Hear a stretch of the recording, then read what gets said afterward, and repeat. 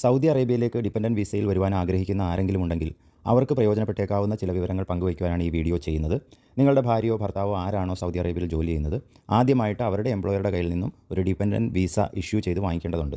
മിക്കവാറും അതൊരു യെല്ലോ പേജിലായിരിക്കും നിങ്ങൾക്കത് പ്രിൻറ്റ് ചെയ്ത് കിട്ടുന്നത്. അപ്പോൾ നാട്ടിലൊരു ഏജൻറ്റിനെ നിങ്ങൾ സമീപിക്കണം. ഇങ്ങനെ ഒരു ഡിപെൻഡൻറ്റ് വിസയുടെ ഫർദർ കാര്യങ്ങൾ ചെയ്യാനായിട്ട് എന്തെല്ലാം സ്റ്റെപ്പാണ് വേണ്ടത്, വിശ്വസിക്കാൻ കൊള്ളാവുന്ന ഒരു ഏജൻറ്റിനെ സമീപിക്കണം. ഞാൻ സമീപിച്ച ഏജൻറ്റ് എന്നോട് പറഞ്ഞത് ഈ യെല്ലോ കളർ വിസയുടെ ഒറിജിനൽ എൻ്റെ കയ്യിൽ വേണമെന്നാണ് പറഞ്ഞത്. ഒറിജിനൽ കിട്ടുന്നതിന് മുമ്പ് തന്നെ അതിൻ്റെ ഫോട്ടോ വെച്ച് നമുക്ക് മെഡിക്കലിൻ്റെ അതുപോലെ VFS എന്ന് പറയുന്ന ഒരു ഏജൻസിയുടെയും അപ്പോയിൻമെൻറ്റ് എടുക്കേണ്ടതായിട്ടുണ്ട്. മെഡിക്കലിന് 1100 രൂപയും VFSൻ്റെ അപ്പോയിൻമെൻറ്റിന് 300 രൂപയാണ്. അങ്ങനെ ടോട്ടൽ രണ്ടിൻ്റെയും അപ്പോയിൻമെൻറ്റ് എടുക്കാനായിട്ട് എനിക്ക് 1400 രൂപയാണ് ചാർജ് ചെയ്യപ്പെട്ടത്. മെഡിക്കലിന് കേന്ദ്രങ്ങളുള്ളത് ട്രിവാൻഡ്രം, എറണാകുളം, കോഴിക്കോട്, മലപ്പുറം, അങ്ങനെ വളരെ ചുരുങ്ങിയ സ്ഥലങ്ങളാണ്. അവർ പറയുന്ന ആശുപത്രിയിൽ നിന്ന് തന്നെ പോയി വേണം നമ്മൾ മെഡിക്കൽ ഫിറ്റ്നസ് സർട്ടിഫിക്കറ്റ് വാങ്ങിക്കാനായിട്ട്. ഇതിനെല്ലാം മുന്നേ തന്നെ നിങ്ങളുടെ മാരേജ് സർട്ടിഫിക്കറ്റ് അറബിയിലാക്കി അത് അറ്റസ്റ്റ് ചെയ്യേണ്ട ഒരു കടമ്പയുണ്ട്. എനിക്ക് തോന്നുന്നു അത് സബ്മിറ്റ് ചെയ്താൽ മാത്രമേ വിസ നിങ്ങളുടെ എംപ്ലോയർ ഇഷ്യൂ ചെയ്യത്തുള്ളൂ. അതുകൊണ്ട് അത് ഓൾറെഡി നിങ്ങൾ ചെയ്തിരിക്കുമല്ലോ. അതിനുശേഷം നിങ്ങൾ പാസ്പോർട്ടിൻ്റെ കോപ്പി, മെഡിക്കലിൻ്റെ അപ്പോയിൻമെൻറ്റിൻ്റെ കോപ്പി, അതുപോലെ തന്നെ വിസ, ഇതെല്ലാം ആയിട്ട് നിശ്ചിത ദിവസം മെഡിക്കൽ സെൻറ്ററിൽ നിങ്ങൾ ചെല്ലണം. ഏത് ആശുപത്രിയിലാണോ നിങ്ങളുടെ മെഡിക്കൽ എക്സാമിനേഷൻ അപ്പോയിൻമെൻറ്റ് ബുക്ക് ചെയ്തിരിക്കുന്നത് അവിടെ നിങ്ങൾ ചെല്ലണം. 7500 രൂപയാണ് ഞാൻ മെഡിക്കൽ എടുത്ത കുഞ്ഞാലൂസ് ക്ലിനിക്കിൽ, എറണാകുളത്തുള്ള സെൻറ്റർ അതാണ് കുഞ്ഞാലൂസ് ക്ലിനിക്ക്. 7500 രൂപ അവിടെ പേയ്മെൻറ്റ് ചെയ്തിട്ടുണ്ട്. മെഡിക്കലിന് ചെല്ലുമ്പോൾ നിങ്ങൾ പൈസ അടച്ച രസീതും അതുപോലെ തന്നെ അവിടുന്ന് കിട്ടുന്ന ടോക്കണും കയ്യിൽ സുരക്ഷിതമായിട്ട് സൂക്ഷിക്കണം. കാരണം അടുത്ത സ്റ്റെപ്പായിട്ടുള്ള VFS ചെല്ലുമ്പോൾ ഈ ടോക്കണും രസീതും ഒക്കെ കാണിക്കേണ്ടതായിട്ടുണ്ട്. ഇനി VFS അപ്പോയിൻമെൻറ്റിൻ്റെ ഡേറ്റിൽ നിങ്ങളവിടെ ചെല്ലുക. നിങ്ങളുടെ കയ്യിൽ നിങ്ങളുടെ പഴയ പാസ്പോർട്ട് ഉണ്ടെങ്കിൽ അത്, പുതിയ പാസ്പോർട്ട്, മെഡിക്കലിൻ്റെ കോപ്പി, പിന്നെ അതിൻ്റെ ടോക്കൺ, റെസീറ്റ്, നിങ്ങളുടെ ഭാര്യയോ ഭർത്താവോ ആരാണോ വിദേശത്ത് വർക്ക് ചെയ്യുന്നത് അവരുടെ ഇക്കാമയുടെ കോപ്പി, അവരുടെ പാസ്പോർട്ടിൻ്റെ കോപ്പി, മാരേജ് സർട്ടിഫിക്കറ്റിൻ്റെ കോപ്പി, ഇതെല്ലാം ചില ഡോക്യുമെൻറ്റ്സ് അവർ കളർ കോപ്പി ചോദിക്കുന്നുണ്ട്. അതുകൊണ്ട് എല്ലാം തന്നെ കളർ കോപ്പി എടുക്കുന്നതായിരിക്കും നല്ലത്. കോപ്പികൾ വേണ്ടതെല്ലാം കളർ കോപ്പി എടുക്കുക. നിങ്ങളുടെ ഫോട്ടോ 2-3 എണ്ണം കൈ കരുതുക. അതുപോലെ തന്നെ എല്ലാ ഡോക്യുമെൻറ്റ്സിൻ്റെ ഒറിജിനലും നിങ്ങളുടെ കൂടെ വേണം. അതോടൊപ്പം തന്നെ കളർ കോപ്പിയും കൂടെ കരുതണം. ഈ VFSൻ്റെ അപ്പോയിൻമെൻറ്റിൻ്റെ പ്രിൻ്റ് ഔട്ടും നിങ്ങളുടെ കയ്യിൽ വേണം. ഏകദേശം 3000 ചില്ലുവാനം രൂപയാണ് VFSൻ്റെ ചാർജായിട്ട് നിങ്ങൾക്ക് അടയ്ക്കേണ്ടി വരുന്നത്. VFSൻ്റെ പ്രോസസ്സിങ് കൂടെ കഴിഞ്ഞാൽ പിന്നെ നമുക്ക് അടുത്ത യാത്രയ്ക്കായിട്ടുള്ള കാര്യങ്ങളൊക്കെ ചെയ്യാൻ പറ്റും.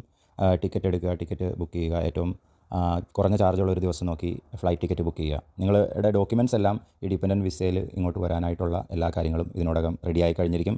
എപ്പോഴും പരിചയസമ്പന്നരായിട്ടുള്ള ഏതെങ്കിലും ഏജൻസിനെ സമീപിക്കുന്നതാണ് നല്ലത്. ഇതെല്ലാം നമുക്ക് സ്വയം ചെയ്യാവുന്നതായിരിക്കാം പക്ഷേ ഏജൻസ് ഉണ്ടെങ്കിൽ അവർ സ്ഥിരം ചെയ്യുന്നതായതുകൊണ്ട് വളരെ കാര്യങ്ങൾ ഈസി ആയിരിക്കും. അവർക്ക് വല്ല 1000-1500 രൂപയൊക്കെ കമ്മീഷൻ ആവും. പക്ഷേ അത് നമ്മുടെ വർത്ത് സ്പെൻഡിങ് ആയിട്ടുള്ളൊരു തുകയാണ്. പക്ഷേ ഏജൻറ്റ് ട്രസ്റ്റ് വർത്തി ആയിരിക്കണം, വളരെ വിശ്വസ്തരായിട്ടുള്ളവരായിരിക്കണം. അങ്ങനെ 2024 ഡിസംബർ 4-ാം തീയതി കൊച്ചിയിൽ നിന്ന് ദമാമിനുള്ള എയർ ഇന്ത്യ എക്സ്പ്രസിൻ്റെ ഫ്ലൈറ്റിൽ ഞാനിവിടെ എത്തി. 15,000 ചില്ലുവാനം രൂപ, ഏകദേശം 16,000 രൂപയോളമായിരുന്നു എൻ്റെ ടിക്കറ്റ് ചാർജ്. ഇവിടെ എത്തിക്കഴിഞ്ഞാൽ എൻ്റെ അടുത്ത ടാസ്ക് എന്ന് പറയുന്നത് ഇവിടെ ഒരു മെഡിക്കൽ ടെസ്റ്റ് ഉണ്ട്, ചെക്കപ്പ് ഉണ്ട്. അത് പാസ്സാവണം. അത് പാസ്സായി കഴിഞ്ഞ് ഇവിടുത്തെ ഇക്കാമ എന്ന് പറയുന്ന റെസിഡൻറ്റ് പെർമിറ്റ്, അതിന് ഇക്കാമ എന്നാണ് ഇവിടെ പറയുന്നത്, അത് നമുക്ക് സംഘടിപ്പിക്കണം. ഇക്കാമ സംഘടിപ്പിക്കാനായിട്ട് ഇവിടുത്തെ മെഡിക്കലിൻ്റെ അപ്പോയിൻമെൻറ്റ് എടുത്ത് ഇവിടെ പോയി മെഡിക്കൽ ചെക്കപ്പുകളെല്ലാം കഴിഞ്ഞതിന് ശേഷം അവർ ആ റിപ്പോർട്ട് ഇതിൻ്റെ ഇക്കാമയുടെ ഓഫീസിലേക്ക് അയക്കും. ഇക്കാമയുടെ ഓഫീസ് എന്ന് പറഞ്ഞാൽ ഈ ഹോസ്പിറ്റലിൻ്റെ തന്നെ HR ഡിപ്പാർട്ട്മെൻറ്റോ മറ്റോ ആണ്. നമ്മൾ അവിടെ ചെല്ലുക, അവിടുത്തെ ഓഫീസറെ കാണുന്നു. അദ്ദേഹം ഒരു 500 റിയാൽ, ഈ ഡിപെൻഡൻറ്റ് വിസയുടെ ഫീസ് എത്രയാണ്, 500 റിയാൽ തരും. ചിലർക്ക് അവിടുന്ന് തന്നെ അവർ തന്നെ പാസ്പോർട്ട് ഓഫീസിൽ പോയി ഇക്കാമ റെഡിയാക്കി തരും. ഞങ്ങൾ ചെയ്തതെന്ന് പറഞ്ഞാൽ അവിടെ ഈ 500 റിയാൽ അടച്ച് അവിടുന്ന് തന്ന പേപ്പറും കൊണ്ട് പാസ്പോർട്ട് ഓഫീസിൽ പോയി അവിടെയാണ് ഞങ്ങൾക്ക് ഇക്കാമ പ്രിൻ്റ് ഔട്ട് എടുത്ത് തന്നത്. ദമാമിലാണ് പാസ്പോർട്ട് ഓഫീസ്. ഇതിൽ മിക്കപ്പോഴും കൺഫ്യൂഷൻ വരാറുള്ള ഒരു കാര്യം എന്ന് പറഞ്ഞാൽ നമ്മുടെ ഈ 500 റിയാൽ ഇക്കാമയ്ക്ക് വേണ്ടി അടയ്ക്കുന്നത് ബാങ്കിൽ നിന്നും അടയ്ക്കാം. അപ്ഷെയർ എന്ന് പറയുന്ന ഒരു ഒഫീഷ്യൽ വെബ്സൈറ്റ് ഉണ്ട്. ഓരോ വ്യക്തികൾക്കും അപ്ഷെയറിൽ തനി അക്കൗണ്ടും പേഴ്സണൽ IDയും എല്ലാം ഉണ്ട്. അപ്പം നിങ്ങളുടെ വൈഫോ ഭർത്താവോ ആരാണോ ഇവിടെ വർക്ക് ചെയ്യുന്നത് അവരുടെ അപ്ഷെയറിൽ കയറിയിട്ട് ഗവൺമെൻറ് പേയ്മെൻറ്റ്സ് എന്ന് പറയുന്ന ഒരു ലിങ്കിൽ ക്ലിക്ക് ചെയ്യുക. അവിടെ അവർ ഈ ഓഫീസർ പറയുന്ന നിർദ്ദേശങ്ങൾക്കനുസരിച്ചുള്ള ഓപ്ഷൻസ് സെലക്ട് ചെയ്യണം. നമ്മൾ തന്നെ ഇപ്പം എൻ്റെ ഒരു സുഹൃത്തിന് ഞാൻ പറഞ്ഞു കൊടുത്തു. പക്ഷേ അവരുടെ ബാങ്ക് വഴി ചെയ്തിട്ട് അവരുടെ 500 രൂപ കുറച്ച് ദിവസത്തേക്ക് ഹോൾഡ് ചെയ്ത് ഏതായാലും പൈസ നഷ്ടപ്പെടില്ലാതെ നമുക്ക് റീഫണ്ട് കിട്ടാനുള്ള ഓപ്ഷൻസ് ഉണ്ട് ഇവിടെ. എന്നാലും അത് ആ ഓഫീസറുടെ നിർദ്ദേശപ്രകാരം മാത്രം വളരെ കെയർഫുള്ളായിട്ട് ചെയ്യേണ്ട ഒരു കാര്യമാണ്. അങ്ങനെ കുറച്ച് നടപ്പിന് ശേഷം, കാരണം ഇവർ പറഞ്ഞ സമയത്ത് അവിടെ ഓഫീസിൽ കാണില്ല, കുറച്ച് അങ്ങോട്ടും ഇങ്ങോട്ടും അലഞ്ഞ് നടക്കേണ്ടി വരും. അതിനുശേഷം നിങ്ങൾക്ക് ഇക്കാമ കിട്ടും. ഇക്കാമ എന്താണെന്ന് ഞാൻ പറഞ്ഞല്ലോ.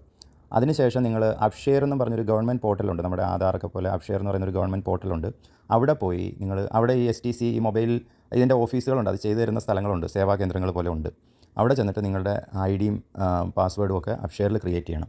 പിന്നീടുള്ള എല്ലാ കാര്യങ്ങളും ഈ അപ്ഷെയർ പോർട്ടൽ വഴിയാണ് നടക്കുന്നത്. നിങ്ങളുടെ ഡ്രൈവിംഗ് ലൈസൻസ്, നിങ്ങളുടെ എന്ത് കാര്യങ്ങളും ഗവൺമെൻറ്റുമായിട്ട് സംബന്ധിച്ച അല്ലെങ്കിൽ സൗദി അറേബ്യയിലെ ഔദ്യോഗിക ജീവിതത്തിൽ നിങ്ങൾക്ക് ഉള്ള എല്ലാ കാര്യങ്ങളും അപ്ഷെയർ, ഇപ്പോൾ ഏതെങ്കിലും വണ്ടി ഓടിച്ച് ട്രാഫിക് റൂൾ വയലേറ്റ് ചെയ്താൽ അത് അപ്ഷെയറിൽ വരും.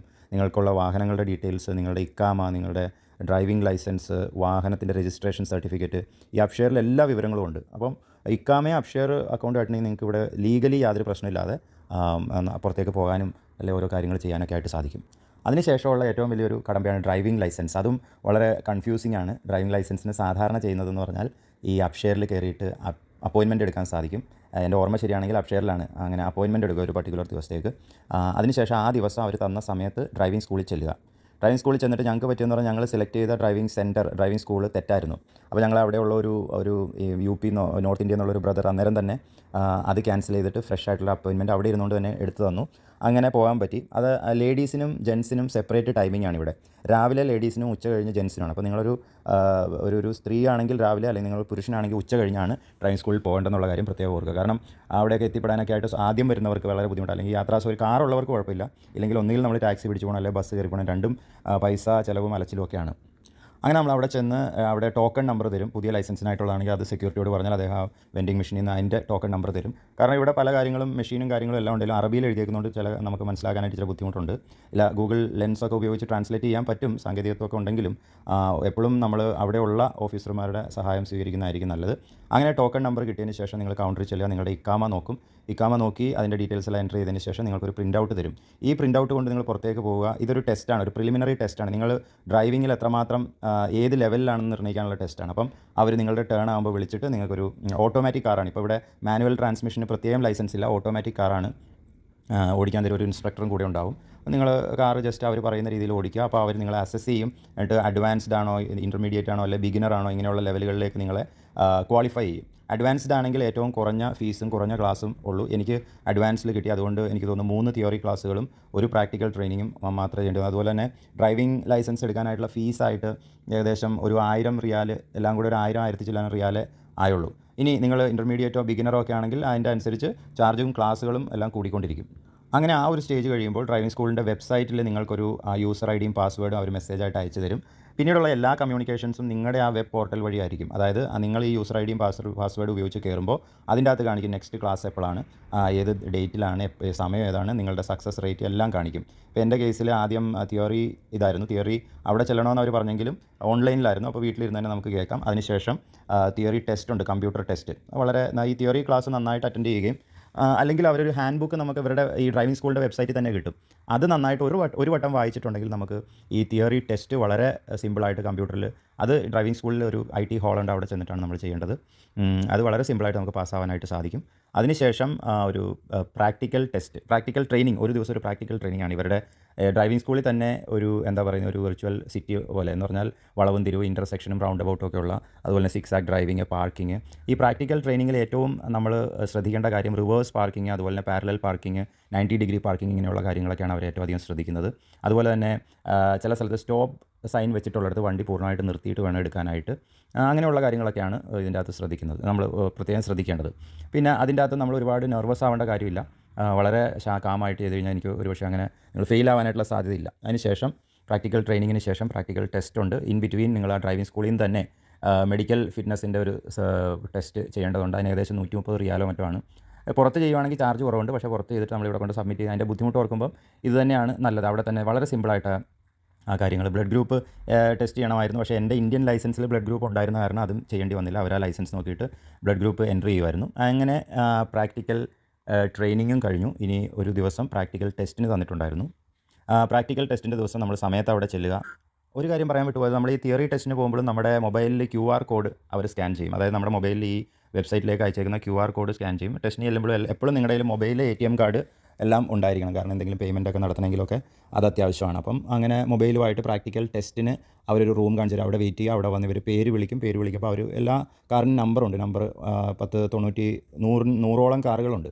അപ്പം ആ ഒരു നിങ്ങളുടെ ആ റൂമിൻ്റെ അടുത്ത് തന്നെ കൊണ്ട് കാറിട്ടിരിക്കും, നിങ്ങൾ പോകേണ്ട കാർ. എന്നിട്ട് ഈ ഒരു ഇൻസ്ട്രക്ടർ വന്നിട്ട് നിങ്ങളെ പോകേണ്ട കാറിലേക്ക് അയക്കും. അതിന് മുമ്പ് തന്നെ എനിക്ക് തോന്നുന്നു മെസ്സേജായിട്ട് നിങ്ങൾക്ക് കാറിൻ്റെ നമ്പർ കിട്ടും. അതോ പ്രിൻ്റ് ഔട്ടോ മറ്റോ തോന്നുന്നു, ഞാൻ കൃത്യമായിട്ട് ഓർക്കുന്നില്ല. അവിടെ ചെന്നതിന് ശേഷം ഒരു ഇൻസ്പെക്ടർ കാറിലിരിക്കും. നിങ്ങൾ അദ്ദേഹത്തിൻ്റെ നിർദ്ദേശാനുസരണം വണ്ടി എടുക്കുക. അദ്ദേഹം ഒന്നും പറയത്തില്ല, നിങ്ങളോട് ഓരോന്ന് പോകേണ്ട വഴി ഡയറക്ഷൻസ് മാത്രം തരും. നിങ്ങൾ കുഴപ്പമില്ലാതെ ചെയ്തിട്ടുണ്ടെങ്കിൽ നിങ്ങളോട് വണ്ടി ഒരു സ്ഥലത്ത് പാർക്ക് ചെയ്യാൻ പറയും. പാർക്ക് ചെയ്ത് കഴിയുമ്പോൾ പാസ്സായെങ്കിൽ, ചിലർ ഭയങ്കര റൂഡാണ്. എന്നോട് അന്നേരം തന്നെ പറഞ്ഞു ഖലാസ് നിങ്ങൾ പാസ്സായിരിക്കുന്നു എന്നുള്ളൊരു വിവരം തന്നു. പിന്നെ അവിടെ തന്നെ പാസ്സായതിന് ശേഷം നിങ്ങൾ കുറച്ച് നേരം അവിടെ വെയിറ്റ് ചെയ്തിട്ട് നിങ്ങൾക്ക് മൊബൈലിൽ ഒരു മെസ്സേജ് വരണം. ഈ മെസ്സേജ് വന്നു കഴിഞ്ഞിട്ട് മുറൂർ എന്ന് പറയുന്നൊരു ഓഫീസ് ഉണ്ട്. എനിക്കൊന്ന് ട്രാഫിക് ഡിപ്പാർട്ട്മെൻറ്റിൻ്റെ മറ്റോ തോന്നുന്നു. അവിടെ ചെന്ന് നിങ്ങളൊരു എത്ര വർഷത്തേക്കാണ്, അതായത് 5 വർഷത്തേക്കാണെങ്കിൽ ഇത്ര തുക, ഞാൻ ആ തുകയുടെ എക്സാക്റ്റ് എമൗണ്ട് ഓർക്കുന്നില്ല. 10 വർഷം, ഞാൻ 10 വർഷത്തേക്ക് ലൈസൻസ് എടുത്തത്. കാരണം 10 വർഷത്തേക്ക് നമുക്ക് പിന്നെ അതിൻ്റെ പുറകെ നടക്കണ്ടല്ലോ. കുറച്ചധികം പൈസയാവും, പക്ഷേ എന്നാലും അതാണ് നല്ലതെന്നാണ് എൻ്റെ അഭിപ്രായം. ഈ മുറൂറിൻ്റെ ഓഫീസിൽ ചെന്നിട്ട് അവിടെ ഈ പൈസ അടയ്ക്കുമ്പോൾ നിങ്ങൾക്ക് ഈ മെസ്സേജും കാണിച്ച് കഴിയുമ്പോൾ നിങ്ങൾക്ക് അവിടുന്ന് ഈ ലൈസൻസ് അവർ പ്രിൻ്റ് ഔട്ട് എടുത്ത് തരും. അതോടുകൂടെ നിങ്ങൾ സൗദി അറേബ്യയിൽ പ്രൈവറ്റ് കാർ ഓടിക്കാനായിട്ട് ഉള്ള ഒരു പെർമിഷൻ ഔദ്യോഗികമായിട്ട് നിങ്ങൾക്ക് കിട്ടിയിരിക്കുകയാണ്.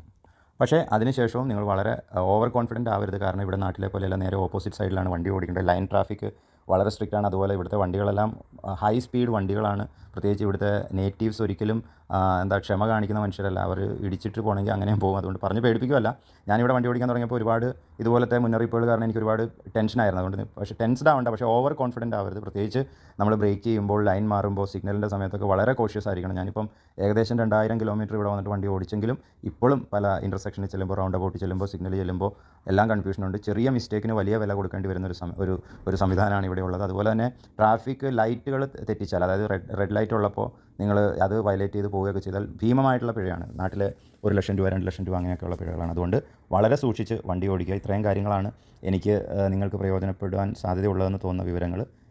എല്ലാ കാര്യങ്ങളും എൻജോയ് ചെയ്ത് വളരെ സേഫായിട്ട് സുരക്ഷിതമായിട്ടുള്ളൊരു ലൈഫ് നിങ്ങൾക്ക് ആശംസിക്കുന്ന സൗദി അറേബ്യയിൽ. അതുപോലെ തന്നെ ഇവിടെ ജോലി ചെയ്യുക എന്നുള്ളത് പെർമിസിബിൾ അല്ല. അങ്ങനെ ജോലി ചെയ്താൽ നിങ്ങളുടെ ഭാര്യയാണോ ഭർത്താവാണോ ആരാണോ ഇവിടെ ജോലി ചെയ്യുന്നത് അവരാണ് നിങ്ങളുടെ സ്പോൺസർ. അപ്പോൾ അവരുടെ ജോലിയെയും പിന്നെ വലിയ പിടിക്കപ്പെട്ടാൽ പിഴ ഈടാക്കാനൊക്കെ ആയിട്ടുള്ള സാധ്യതയുണ്ട്. അതുകൊണ്ട് തന്നെ എനിക്ക് തോന്നുന്നു ഏറ്റവും സേഫസ്റ്റ് ആയിട്ടുള്ള ചില ഓപ്ഷൻസ് ഉണ്ട്. ഒന്നൊരു ഹോം ട്യൂഷൻ. നിങ്ങളൊരു ട്യൂഷൻ പഠിപ്പിക്കാനായിട്ട് കഴിവുള്ള വ്യക്തിയാണെങ്കിൽ ഹോം ട്യൂഷൻ. അല്ലെങ്കിൽ ഞാനൊരു അധ്യാപകനാണ്, അപ്പം ഞാനിങ്ങനെ പറഞ്ഞു കേട്ടു, ഒഫീഷ്യലി അല്ല, പറഞ്ഞു കേട്ടു ഇവിടെ ടീച്ചിങ് എന്നുള്ള പ്രൊഫഷൻ ഡിപെൻഡൻറ്റ് വിസയിലും ചെയ്യാൻ സാധിക്കും എന്നുള്ളത്. ഇനി ഇതൊന്നുമല്ല, നിങ്ങളെക്കൊണ്ട് ഇതൊന്നും കഴിയില്ലെങ്കിൽ നിങ്ങൾക്ക് ചെയ്യാൻ പറ്റുന്ന മൂന്നാമത്തെ ഒരു ഓപ്ഷനാണ് നിങ്ങൾ ഒരു കാർ, ഇവിടെ യൂസ്ഡ് കാറോ പുതിയ കാറോ ഏതാണെങ്കിലും നിങ്ങൾക്ക് എടുത്തിട്ട് പ്രൈവറ്റ് ടാക്സി ആയിട്ട് നിങ്ങളുടെ ഭാര്യ ഭർത്താവ് പരിചയമുള്ള മലയാളികളുടെയൊക്കെ ഒരുപാട് മലയാളികളുണ്ട്. അപ്പം അവരുടെ പേഴ്സണൽ ഓട്ടങ്ങളൊക്കെ പിടിച്ച് അങ്ങനെ ചെറിയൊരു വരുമാനം നിങ്ങൾക്ക് സമ്പാദിക്കാം. കാരണം വെറുതെ ഇരുന്ന് കുറച്ച് ദിവസം കഴിയുമ്പോൾ നമ്മൾ ഭയങ്കരമായിട്ട് മടുക്കും. പിന്നെ അങ്ങനെ നമുക്കിവിടെ ഒന്നും ചെയ്യാതെ നമുക്കിവിടെ പിടിച്ച് നിൽക്കാൻ പറ്റില്ല. കാരണം നാട്ടിലെ പോലെ വെറുതെ കവലയിൽ പോയിരിക്കാനോ അല്ലെങ്കിൽ വെറുതെ ആരുടെയെങ്കിലും, എല്ലാവരും ബിസിയാണ്, എല്ലാവരും വർക്കിംഗ് ക്ലാസ്സാണ്. അപ്പോൾ നമുക്കങ്ങനെ ടൈം പാസിനോ അല്ലെങ്കിൽ വർത്തമാനം പറയാനൊന്നും ആരും ഇവിടെ കിട്ടാനുള്ള സാധ്യതയില്ല. അതുകൊണ്ട് എന്തെങ്കിലുമൊക്കെ കാര്യങ്ങളിൽ എൻഗേജ്ഡ് ആയിട്ടിരിക്കുക. അപ്പം നിങ്ങളുടെ സൗദി അറേബ്യയിലെ ലൈഫ് എൻജോയ് ചെയ്യുക. God bless you.